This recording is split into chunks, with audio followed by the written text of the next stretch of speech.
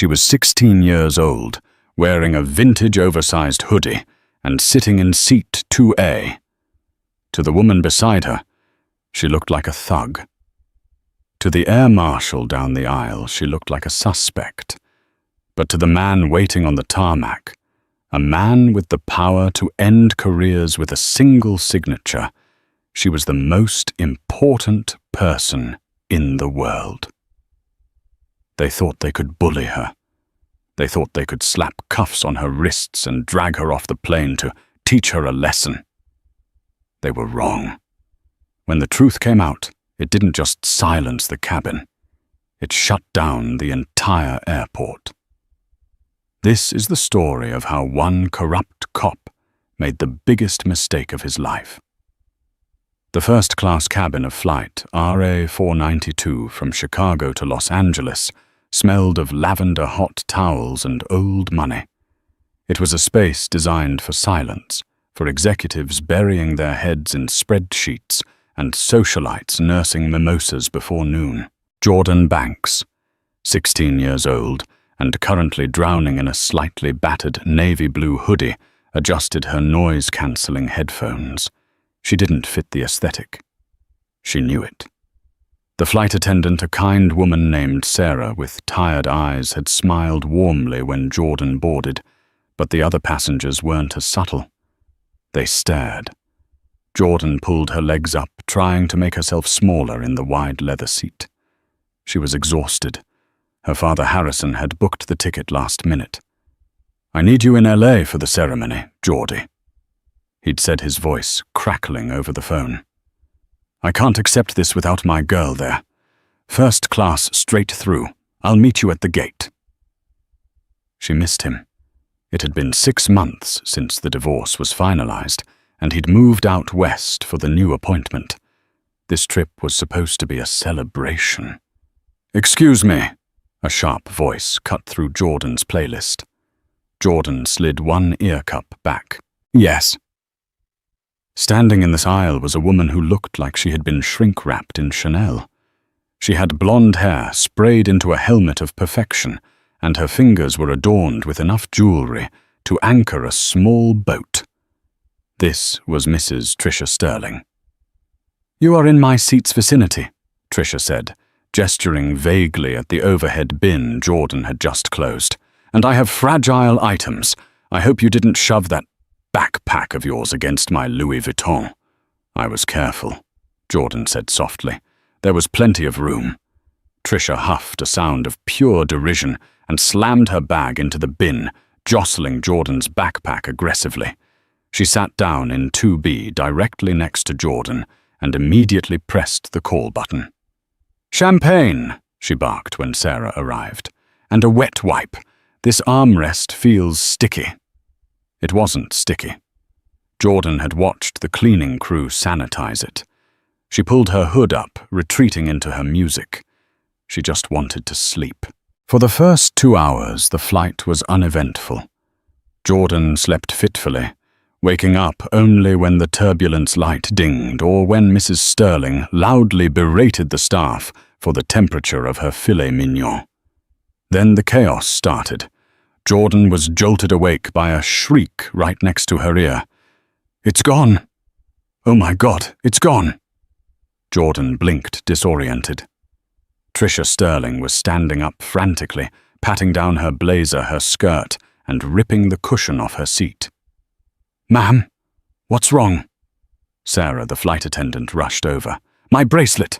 Tricia screamed, her voice hitting a pitch that made several passengers in the back rows stand up to look. "The diamond tennis bracelet, the one my husband bought me in Zurich. I took it off to put on lotion, set it right here on the tray table, and now it's gone." The cabin went silent. "Are you sure you didn't put it in your bag?" "Mrs. Sterling," Sarah asked soothingly. "I am not senile," Tricia snapped. "I laid it right here. I closed my eyes for 10 minutes. She spun around, her eyes wild, scanning the floor. Then her gaze locked on Jordan. Jordan felt her stomach drop. The look in the woman's eyes wasn't just panic, it was predatory. "Her," Tricia whispered, pointing a manicured finger at Jordan's chest. "Ma'am," Sarah started. "She's been eyeing it since I sat down." Tricia yelled, her voice gaining confidence as other passengers began to murmur. "Look at her. Does she look like she belongs here? She's wearing a hoodie that looks like she pulled it out of a dumpster. She stole my diamond bracelet." Jordan's heart hammered against her ribs. "I didn't touch your bracelet. I was sleeping." "Sleeping or faking it?" Tricia lunged forward, grabbing Jordan's backpack from under the seat before Jordan could react. "Hey, don't touch my stuff," Jordan shouted, reaching for her bag. "She's attacking me! Help! She's attacking me!" Tricia screamed, clutching the backpack to her chest like a shield. That was the moment the man in seat 4C stood up. He had been reading a magazine, ignoring the commotion, until the physical struggle began. He was a large man, built like a refrigerator, with a buzz cut, and a face that looked like it had been chiseled out of granite. He walked up the aisle with a heavy, authoritative stride. He reached into his jacket pocket and pulled out a badge, flashing it quickly but effectively. "Federal Air Marshal," he announced, his voice booming. "Everyone sit down, now!" Jordan sank back into her seat, relieved. A federal officer. He would sort this out. He would see that this crazy lady was stealing her bag. The marshal, whose nameplate read Officer Clint Rader, looked at Tricia, who was hyperventilating, and then he turned his cold, hard eyes onto Jordan. He didn't look at her like a protector. He looked at her like a target. "Officer!" Tricia gasped, playing the victim with Oscar-worthy dedication. "Thank God. This thug stole my jewelry, and then tried to assault me." When I confronted her, Rader looked at the terrified 16-year-old girl. He saw the oversized hoodie. He saw the dark skin. He saw the expensive noise-cancelling headphones and assumed they were stolen too. He didn't see a child. He saw a stereotype. "Stand up," Rader commanded, his hand hovering near his waist. "I didn't do anything," Jordan said, her voice trembling. "She took my bag. That's my property." "I said, stand up," Rader barked. He didn't wait for her to comply. He reached over the armrest, grabbed Jordan by the bicep, and hauled her out of the seat with enough force to bruise. "Ow, you're hurting me," Jordan cried out. "Stop resisting," Rader said automatically, twisting her arm behind her back. "She's a minor," Sarah, the flight attendant, interjected, stepping between them. "Officer Rader, she is an unaccompanied minor. You can't handle her like that. We haven't even looked for the bracelet yet." Rader glared at Sarah. "Interfering with a federal investigation is a felony, sweetheart. Back off. I've been doing this job for 20 years. I know a thief when I see one." He pushed Jordan against the bulkhead wall near the cockpit door. The humiliation was burning Jordan's face. Every pair of eyes in first class was on her. Some looked sympathetic, but most looked relieved that the threat was being neutralized. "Empty your pockets," Rader ordered. "I want to call my dad," Jordan said, fighting back tears. "I have a right to call my dad." "You don't have rights right now," Rader sneered. "You're in the air under my jurisdiction, and right now you're a suspect in a grand larceny case. That bracelet is worth more than your life." "I didn't take it," Jordan pleaded. "Then where is it?" Tricia Sterling chimed in, rummaging through Jordan's backpack, which she had dumped onto seat 2B. "It's not in her bag. She must have it on her." "Check her pockets. Strip search her if you have to. Mrs. Sterling, stop going through her personal belongings," Sarah shouted finally, losing her professional cool. She tried to grab the backpack, but Tricia slapped her hand away. "I am the victim here," Tricia screeched. Raider turned his back on Trisha's illegal search and focused solely on Jordan. "Turn around. Hands on the wall." "No," Jordan said, a sudden spark of her father's steel entering her spine. "I didn't do anything. I won't be treated like a criminal." Raider's face turned a shade of violent red. He wasn't used to compliance issues, especially not from teenagers who looked like Jordan. "Listen to me, you little punk. I can make sure you land in a juvenile detention center before your feet even touch the ground. Now turn around." He grabbed her shoulder and spun her around forcefully. He patted her down aggressively, pockets, waist, ankles. Nothing. He checked the hoodie pocket. Just a phone and a boarding pass. Raider paused, frustration mounting. He looked at Trisha. "It's not on her." "She hid it," Trisha insisted. "She must have passed it to someone, or swallowed it, or stuck it in the seat cushions." Raider looked at the seat. He ripped the cushion off 2A. He checked the floor. He checked the overhead bin. The bracelet was nowhere. Logic dictated that the bracelet had fallen into a crevices, or perhaps Trisha had misplaced it. But Raider's ego was already committed. He had publicly manhandled a teenager. If he was wrong, he looked like a bully. If she was guilty, he was a hero. He needed her to be guilty. "She probably flushed it," Raider said, inventing a scenario to justify his aggression. "Went to the bathroom and flushed it to get rid of the evidence." "I haven't left my seat in 3 hours," Jordan protested. "Liar," Raider said.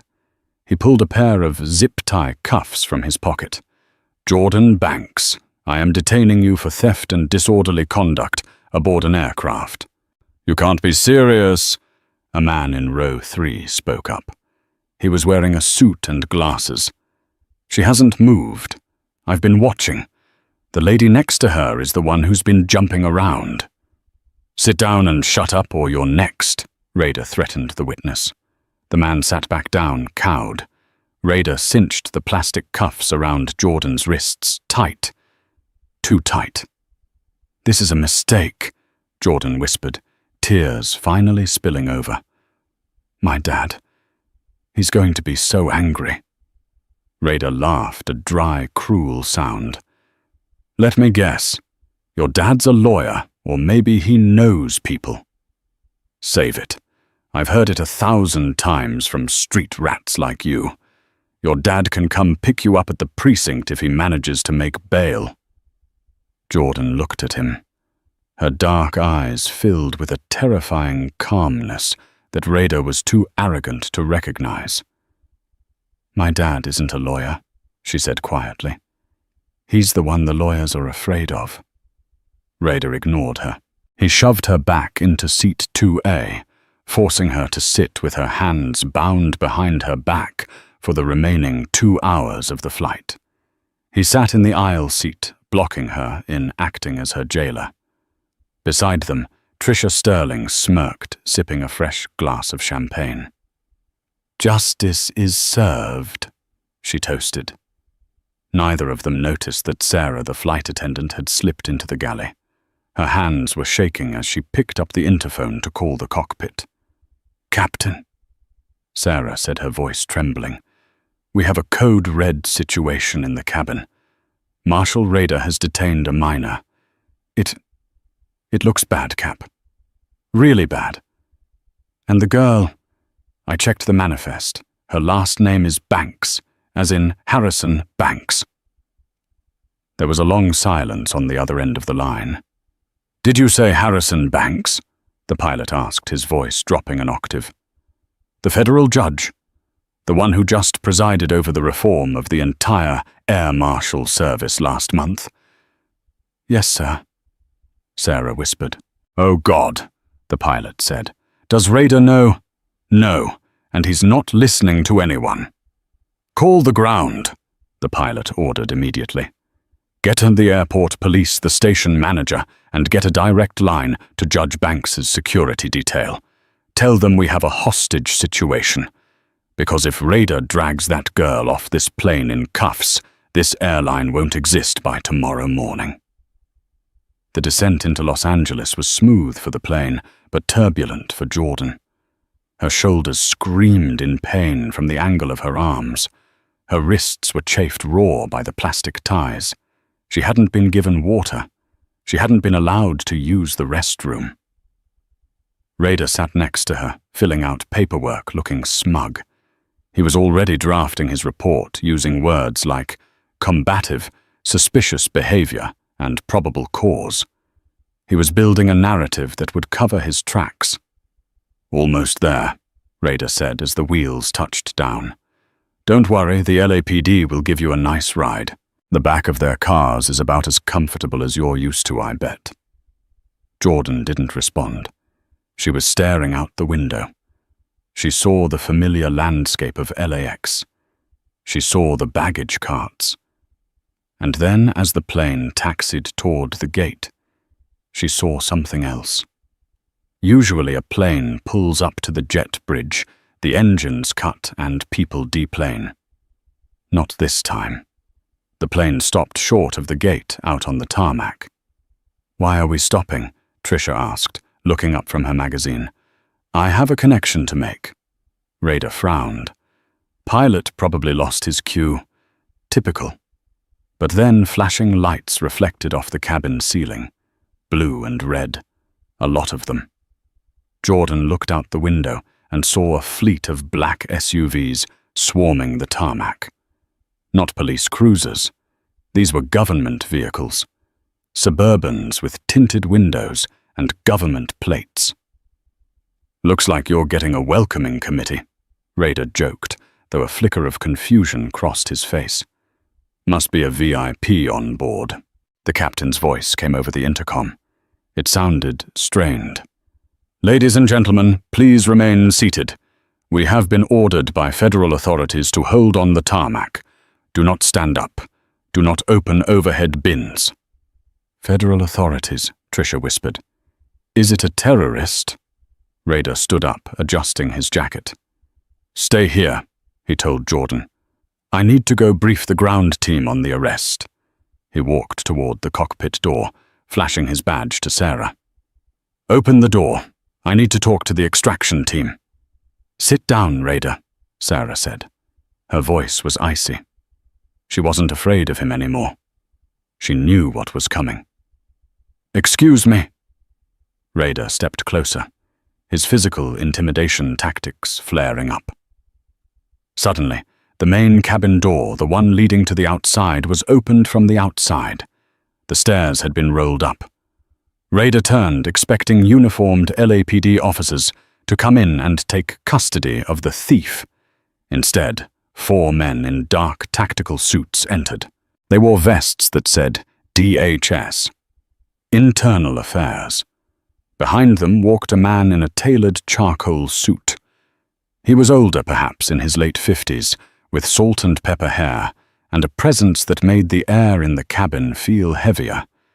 He didn't look angry. He looked like the calm before a nuclear winter. Raider blinked. He recognized the man. Everyone in law enforcement recognized the man. It was the Honorable Harrison Banks, Chief Judge of the Ninth Circuit Court of Appeals. The man known in the press as the Hammer for his ruthless dismantling of corruption cases, and he was walking straight toward first class. Raider's throat went dry. Coincidence, he thought frantically. He must be on the flight. He must be the VIP. "Judge Banks," Raider said, putting on his professional smile and stepping forward to shake hands. "Honor to meet you. I'm Federal Air Marshal Clint Raider. We have a situation under control here, just a minor theft suspect." Harrison Banks didn't even look at Raider. He walked right past the marshal, as if he were a ghost. Harrison went straight to seat 2A. He saw the teenager huddled in the corner. He saw the plastic zip ties biting into her wrists. He saw the tear tracks on her cheeks. The entire cabin watched in stunned silence as the terrifying Judge Banks dropped to one knee. "Geordie," he said, his voice breaking. "Daddy," Jordan whispered. "They said I stole a bracelet. I didn't." Harrison Banks looked at the zip ties. His jaw tightened so hard, a muscle feathered in his cheek. He stood up slowly and turned around. The look he gave Clint Rader could have peeled paint off the walls. "Who?" Harrison said, his voice quiet and deadly. "Put these on my daughter." The silence in the first-class cabin was absolute. It was a vacuum that sucked the air out of the room, leaving only the sound of Clint Rader's career dying a violent death. Rader looked at the judge. He looked at the girl in the hoodie. He looked back at the judge. The pieces slammed together in his mind with the force of a physical blow. "Judge Banks," Rader stammered, his voice suddenly thin-stripped of its usual bravado. I had no idea. She didn't have identification. She refused to cooperate, given the accusations from another passenger." "Did you ask for her identification?" Harrison Banks asked. His voice was terrifyingly level. It was the voice he used when sentencing a man to life without parole.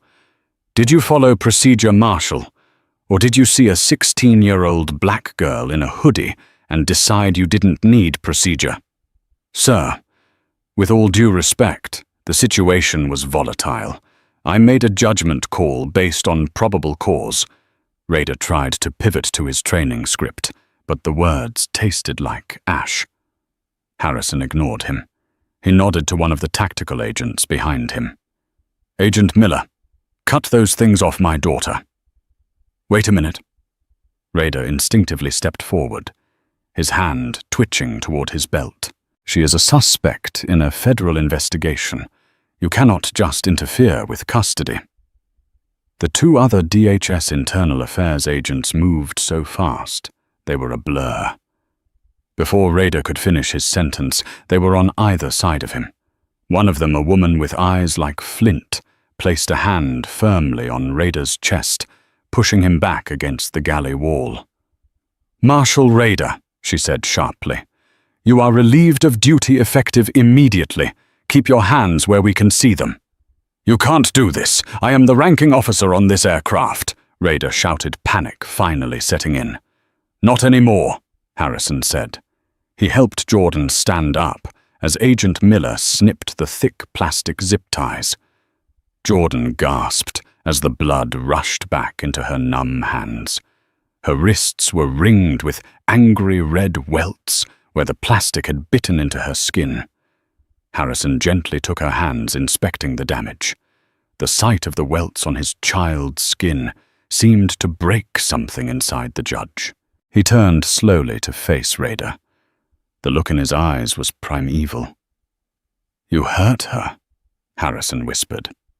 "She was resisting," Rader cried, looking around for support, but finding only the hostile stares of the passengers and the cold professionalism of the IA agents. Tricia Sterling, realizing the tide had turned violently against her, tried to salvage her position. "Judge or no judge," she announced, her voice shaking slightly. "That girl still stole my diamond bracelet, and I demand it back. I don't care who her father is. A thief is a thief." Harrison looked at Tricia as if she were a stain on the carpet. "And you are Mrs. Sterling, I presume, the complainant?" "Yes, I am, and I am the victim here," Tricia insisted, clutching her Chanel bag. "We'll see about that," Harrison said. He turned to Sarah, the flight attendant, who was watching with tearful relief from the galley. "Sarah, is it? Did you witness the alleged theft?" "No, sir," Sarah said firmly. Jordan was asleep. Mrs. Sterling was up and down the whole flight. When she claimed the bracelet was missing, she immediately accused Jordan without looking for it. "Liar!" Tricia shrieked. "Agent Miller!" Harrison barked. "Secure this cabin. No one leaves. We are going to conduct a real search. And Marshal Rader, get him off my plane before I forget that I am an officer of the court." As the agents disarmed Rader, taking his gun and his badge in full view of the passengers, he had terrorized Jordan leaned into her father's shoulder. "I was so scared, Dad," she whispered. "He wouldn't let me call you." Harrison kissed the top of her head, his grip tight. "I know, baby. I know. But it's over now. I'm here. And I promise you the man who did this is going to wish he had never stepped foot on an airplane." The aircraft was evacuated of all passengers except for Tricia, Sterling, Jordan, Harrison, and the law enforcement personnel. The air conditioning hummed in the empty metal tube, amplifying the tension. Clint Rader had been escorted off the plane in handcuffs, a delicious irony that wasn't lost on anyone. He was currently sitting in the back of one of the DHS Suburbans, watching his 20-year career dissolve through tinted glass. On board, the search began. This wasn't Rader's frantic accusatory thrashing. This was a systematic forensic sweep conducted by DHS agents who knew exactly what they were doing. They checked the seats. They checked the floor tracks. They checked the lavatories. Tricia Sterling sat in 2B, fuming, her arms crossed. "This is ridiculous. She obviously passed it off to someone else before you got it here. Well, she swallowed it. You should be X-raying her, not searching the floor." "Mrs. Sterling, be quiet." Agent Miller said, his patience wearing thin. "You've done enough damage today." Jordan sat in 2A, holding her father's hand. She was exhausted, but the fear was receding, replaced by a simmering anger. She watched as the agents dismantled the area where she had been held prisoner for hours. "Judge Banks," Sarah, the flight attendant, approached tentatively. "I just remembered something. When Mrs. Sterling first sat down, she was very aggressive with her belongings. She slammed her carry-on into the overhead bin quite hard." Harrison nodded. "Check the bin," he ordered Agent Miller. Miller grabbed a stepping stool and climbed up to inspect the overhead compartment above row 2. It was empty now, the bags having been removed. He used a high-powered flashlight, sweeping the corners. He paused. He reached into the far back corner of the bin, where the hinge mechanism for the door was located. "Got something?" Miller muttered. He wiggled his fingers, trying to dislodge something caught in the metal track. With a soft clink, it came free. Agent Miller climbed down and held up his gloved hand. Dangling from his fingers, glittering under the cabin lights, was a platinum diamond tennis bracelet. The silence that fell over the cabin was heavier than anything before. Tricia Sterling stared at the bracelet, her mouth opening and closing like a fish out of water. All the color drained from her face, leaving her makeup looking stark and clownish. It must have fallen off when I put my bag up," she whispered, her voice barely audible. "Fallen off." Harrison Banks let go of Jordan's hand and took a step toward Tricia. His presence filled the aisle. "You told the air marshal you placed it on your tray table. You told him you saw my daughter eyeing it. You explicitly stated that she stole it while you were sleeping." I was confused. I was panicked, Tricia stammered, shrinking back into her seat. "No, Mrs. Sterling," Harrison said, his voice dripping with disdain. "You weren't panicked. You were prejudiced. You saw a black teenager in a hoodie, and you decided she was a criminal. You didn't lose your bracelet. You weaponized it. You used it as an excuse to inflict trauma on a child because you didn't think she belonged in your world." He turned to Agent Miller. "Read her rights." "What?" Tricia shrieked, clutching her pearls. "You can't be serious. I found my bracelet. It was just a mistake." "Filing a false report with a federal officer is a felony," Harrison stated coldly. Interfering with the duties of a flight crew is a felony.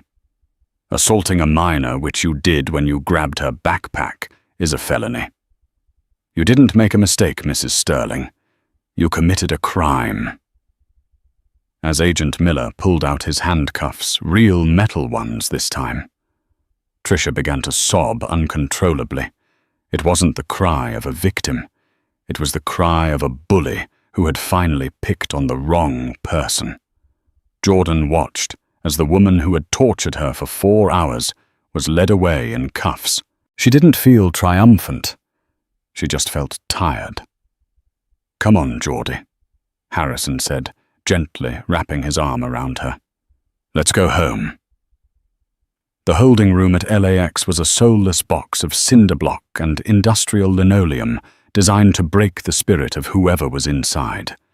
It smelled of stale coffee, aggressive floor cleaner, and nervous sweat. Clint Rader sat at the bolted-down metal table, a position he had watched hundreds of suspects take over his 20-year career. But this time the view was different. He was stripped of his blazer, his tie, his belt, and his shoelaces standard suicide prevention protocol, but it felt like a deliberate humiliation. The handcuffs were still on-cinched tight enough to remind him of every minute that passed. For the first 20 minutes, Rader leaned back in the chair, feigning nonchalance. He told himself this was just a bureaucratic hiccup.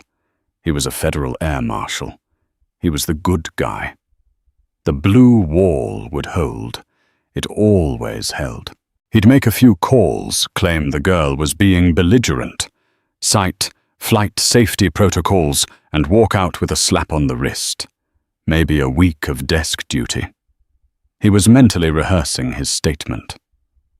The subject exhibited erratic behavior, consistent with a security threat, when the heavy steel door buzzed and swung open. Rader straightened up, expecting his union rep, or maybe a sympathetic supervisor. Instead, 2 men walked in, sucking the oxygen right out of the room.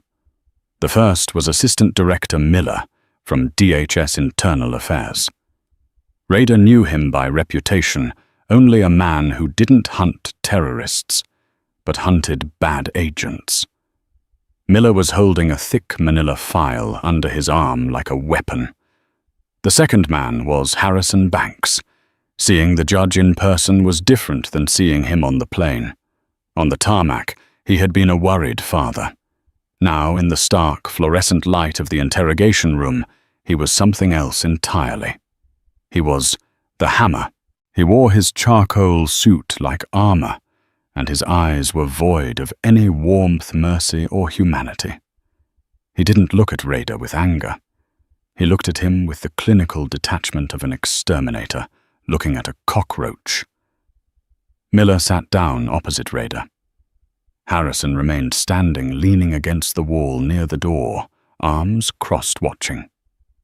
"Marshal Rader." Miller began, his voice dry and devoid of pleasantries.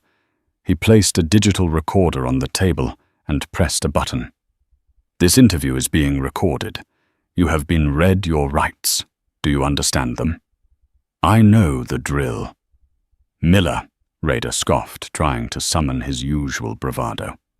"Look, can we cut the theater? I made a judgment call in the field at 30,000 feet. I had a hysterical complainant and an uncooperative subject. I secured the threat. That's the job." Miller didn't respond. He slowly opened the file folder. The sound of the paper turning was the only noise in the room. "A judgment call," Miller repeated flatly. He pulled out a sheet of paper. "We have the sworn statements from the entire flight crew. Flight attendant Sarah Jenkins states that you initiated physical contact with the minor while she was seated and non-combative. She states you refused to verify the minor's identity, despite being told she was an unaccompanied minor. She states you used proficient profanity and derogatory language." "She's lying," Rader snapped. "She was emotional. Civilians don't understand threat assessment. We also have statements from 6 first-class passengers." Miller continued, ignoring the interruption. They all corroborate Ms. Jenkins' account. One passenger, a Mr. David Chen, provided us with this. Miller spun a tablet around on the table. He pressed play. Rader watched his stomach turning to ice. It was a video.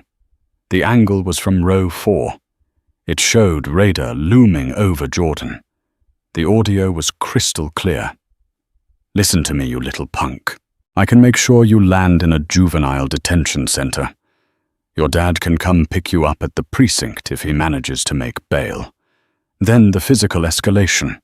The video showed Rader yanking Jordan up by her arm with unnecessary violence, twisting her wrist and shoving her against the bulkhead while she cried out in pain. Miller paused the video on a frame of Rader's face, twisted in a sneer of pure bullying. "Is that standard threat assessment, Marshal?" Miller asked quietly. "Calling a 16-year-old girl a punk, taunting her about her father's ability to make bail." Rader swallowed hard. His throat felt like it was filled with sand. I was trying to establish dominance, to control the situation." "You were enjoying it," a deep voice cut in from the corner. Harrison Banks pushed off the wall and walked slowly towards the table. He moved with a predator's grace. He placed his hands on the back of Miller's chair and leaned in, staring directly into Rader's eyes.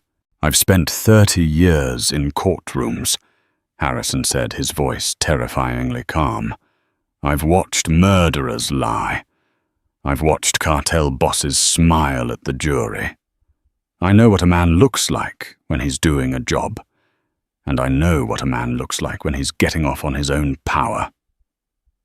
Harrison reached into the file and pulled out a glossy 8x10 photograph. He slammed it onto the table in front of Rader. It was a close-up of Jordan's wrists. The skin was broken. Deep, angry purple welts circled her delicate arms where the zip ties had cut off her circulation. "Look at it," Harrison commanded. Rader tried to look away. "I said, look at it!" Harrison roared, the sound echoing off the concrete walls like a gunshot. Rader flinched, his eyes darting to the photo. "That is my daughter," Harrison hissed, leaning down until his face was inches from Rader's. "She plays the cello. She's on the honor roll. She has never been in a fight in her life. And you treated her like an animal because you didn't like her hoodie. You saw a black child in first class, and your small, bigoted brain couldn't process it, so you decided to break her." "I am not a bigot," Rader shouted, his face reddening. "I was doing my job." "She fit the description given by the complainant. The complainant who is currently being booked into federal custody for filing a false report," Miller interjected smoothly. "We found the bracelet, Clint. It was in the overhead bin. If you had done a basic search instead of eager beavering to arrest a teenager, you would have found it in 10 seconds. Rader slumped in his chair. The "I found the bracelet" defense was gone. The "she was resisting" defense was dead on video. "Here is what is going to happen," Harrison said, straightening up and buttoning his jacket. He spoke with the absolute finality of a verdict. "Assistant Director Miller is going to process you, but you aren't just getting fired, Clint. I don't want you to have any illusions about that." Harrison began to count off on his fingers. Title 18, U.S. Code Section 242, Deprivation of Rights under Color of Law. That's a felony. Kidnapping because once you held her without probable cause, that's what it became. Assault on a minor.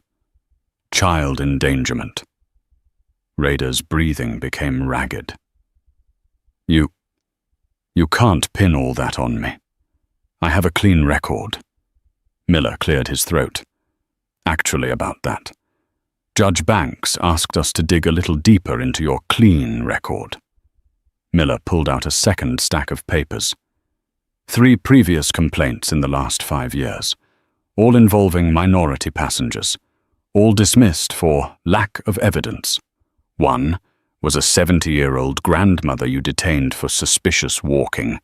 Another was a doctoral student you claimed was eyeing the cockpit. We are reopening all of them. We're going to audit every arrest you've ever made.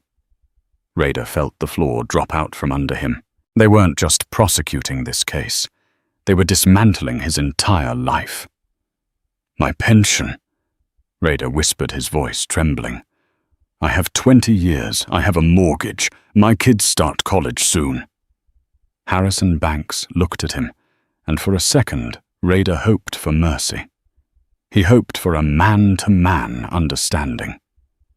You should have thought about your kids when you were bruising mine, Harrison said coldly. Your pension is gone. It will be stripped as part of your dishonorable discharge.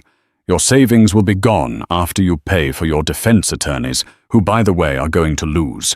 And your house, you better hope your wife can pay the mortgage on a single income, because you are going to be a guest of the federal prison system for a very long time.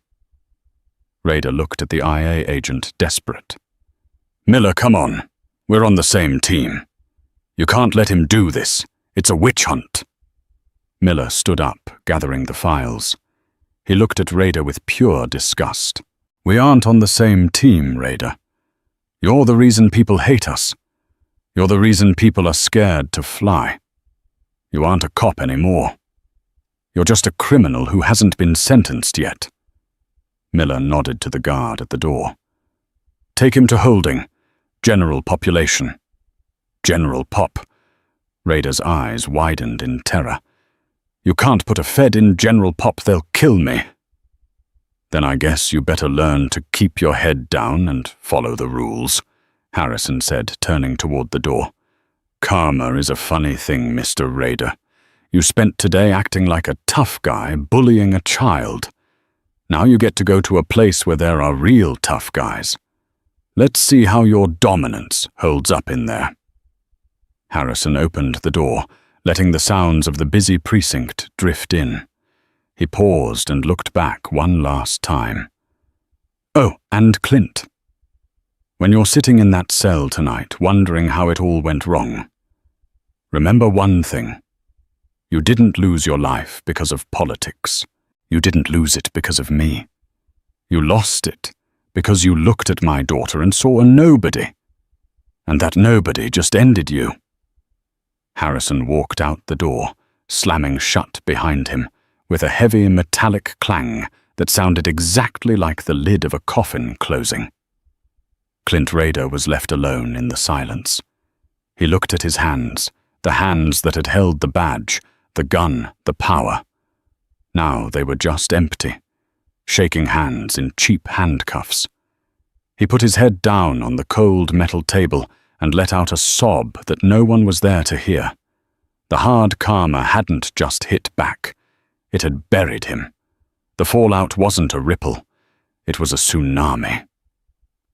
By the time Harrison Banks's motorcade pulled out of LAX, whisking a traumatized Jordan away to safety, the internet had already done what the internet does best. It had found the truth, and it was angry. A passenger in row 4, a tech entrepreneur named David, had discreetly filmed the entire confrontation. He hadn't intervened because of Rada's gun, but he had captured everything the way Rader yanked Jordan from her seat. Like a rag doll, the sneer in his voice and the terrifying image of a 16-year-old girl being slammed against the bulkhead. He uploaded the video to Twitter with the caption, "Just watched a federal air marshal assault a kid over a stolen bracelet that was in the accuser's bag the whole time. You won't believe who her dad is." Within 3 hours, the video had 12 million views. The hashtag #HeartFireRader was trending worldwide, followed closely by #AirlineKaren, the collapse of Trisha Sterling. For Trisha Sterling, the karma hit with the speed of a guillotine. She was released on bail the next morning, shielding her face from a phalanx of paparazzi that had camped out in front of the precinct.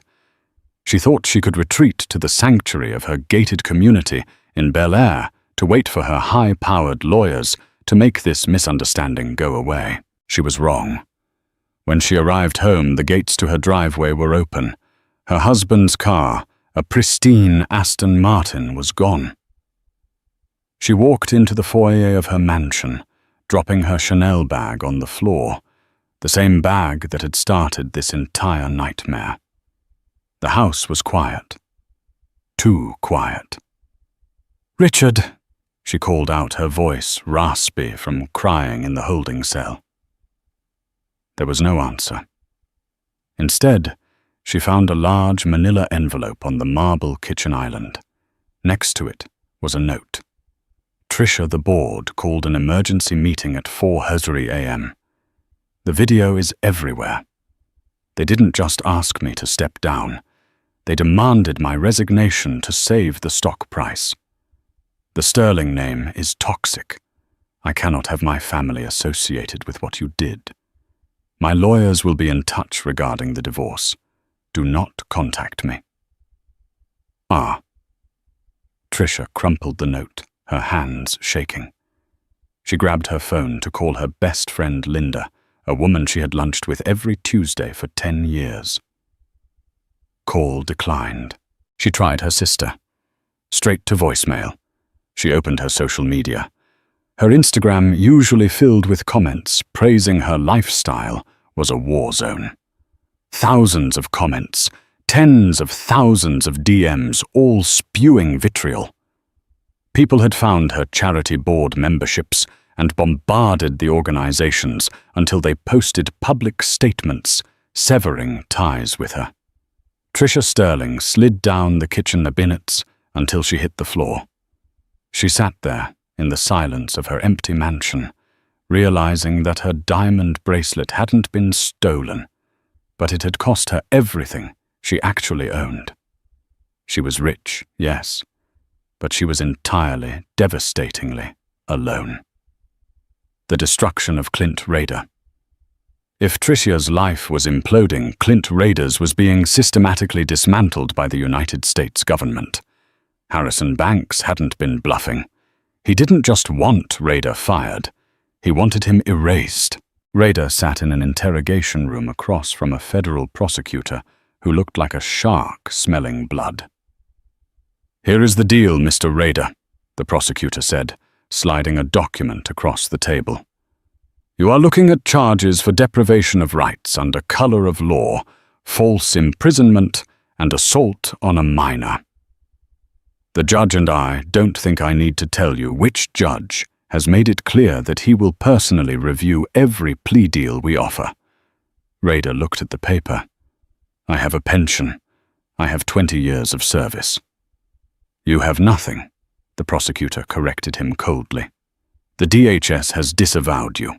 The Air Marshal Service has issued a statement condemning your actions as rogue behavior. Your union rep isn't even returning your calls."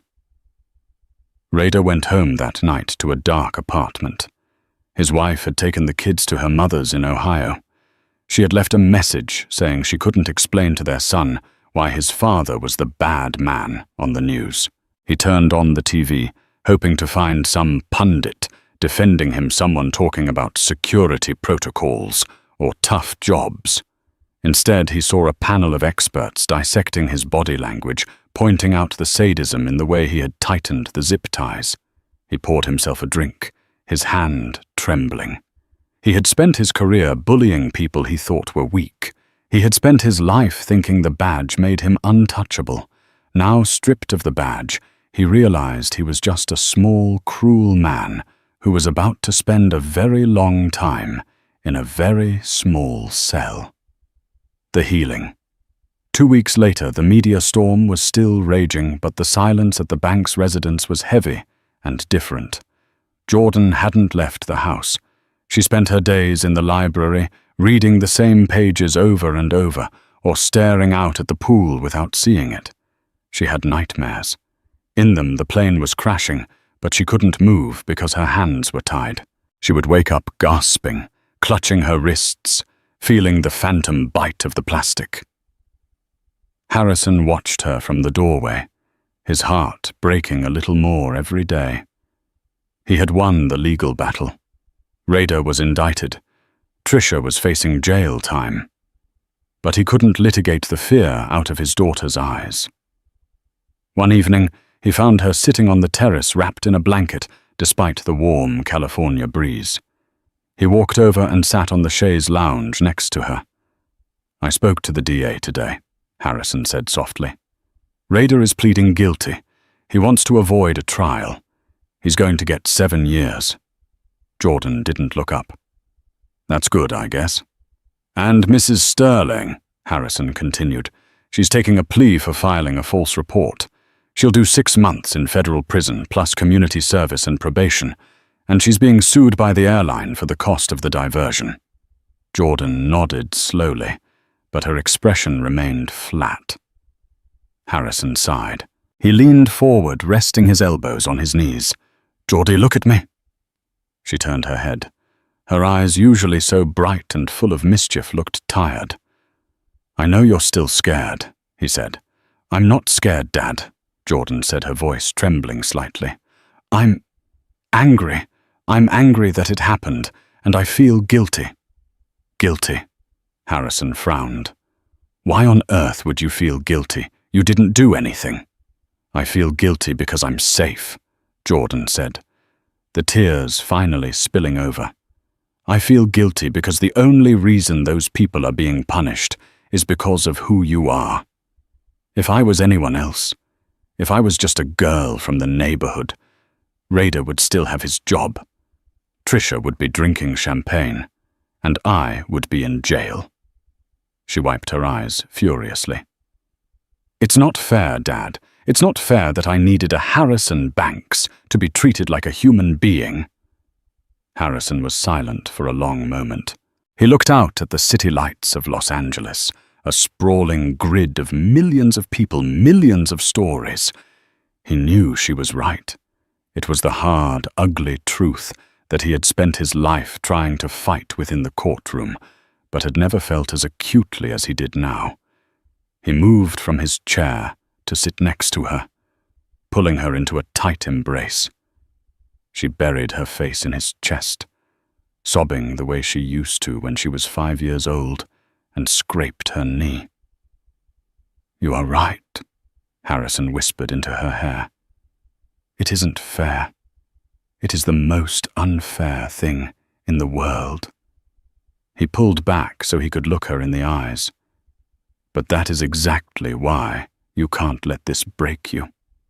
You have seen the ugly side of the world, Jordan. You have stared it right in the face. And yeah, my name got you out of that seat. But your dignity, your calmness, your truth, that's what exposed them." Harrison took a deep breath, his voice becoming firmer, the hammer returning, but tempered with love. "We can't change what happened on that plane, but we can decide what we do with it. You say it's unfair that other people don't have a voice, then we use ours. I'm starting a foundation, Jordan, for legal defense, specifically for cases of profiling in transit, and I want you to help me run it, when you're ready." Jordan sniffled, wiping her nose with the sleeve of her shirt. "Really?" "Really," Harrison said. "We make sure that the next time a Clint Raider tries to bully someone, they don't need a Harrison Banks to save them. They'll have us." A small, tentative smile touched Jordan's lips. It wasn't a full smile, but it was a start. The shadows in her eyes receded just a fraction. "Okay," she whispered. "I'd like that." Harrison kissed her forehead. "Good. Now how about we go inside? I think there's some ice cream in the freezer, with our names on it." As they walked back into the house, leaving the darkness of the terrace behind them, the night felt a little less oppressive. The scars would fade, but the lesson would remain. They had walked through the fire, and now they were going to make sure no one else had to burn. The corrupt had fallen. The innocent had risen. And somewhere in a sterile prison cell, Clint Rader was realizing that the hardest karma of all isn't just getting caught, it's watching your victim become stronger than you ever were. Jordan Banks walked off that plane, but a part of her innocence was left behind in seat 2A. The scars on her wrists healed, but the memory of being targeted for how she looked by those sworn to protect would last forever. Trisha Sterling and Clint Rader learned a devastating lesson. Power isn't about loud voices or shiny badges. Real power is the truth, and when it hits harder than any pair of handcuffs. They thought they were dealing with a nobody. They ended up facing a force of nature. If this story made your blood boil, if you believe that justice shouldn't depend on who your father is, hit that like button. Share this video to expose the reality that so many face every day. And subscribe for more stories that speak truth to power. Thanks for watching.